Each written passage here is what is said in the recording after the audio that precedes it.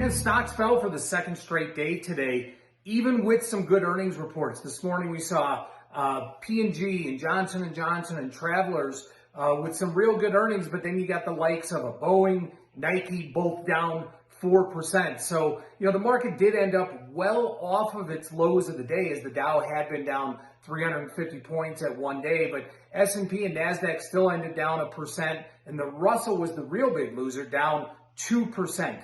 There are, definitely some fear out there about the height of COVID infections at this point, which is at its high point since the pandemic started. And that's starting to hit, the market a little bit. And, that's in some of these reopening stocks and some of the travel stocks, like United Airlines, that came out today and said, it was down 9% and said international and business travel is not coming back anytime soon. So that has definitely put some fear and a little bit more volatility into the marketplace. ES option data from yesterday, just over 300,000 options traded, but very, very heavy on the put side. In fact, almost 70% of all the options that traded yesterday were on the put side. The highest volume option was the end of month April 3,900 put, 4,200 of those traded.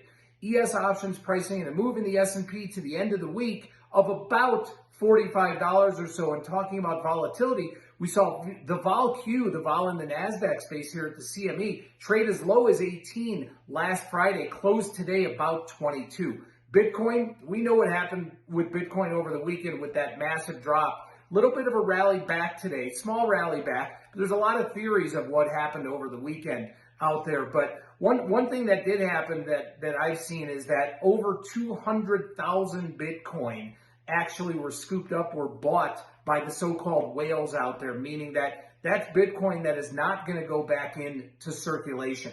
CME futures, Bitcoin futures today, over 10,000 contracts, and we're just a few weeks away, May 3rd, from the CME launching the micro Bitcoin future.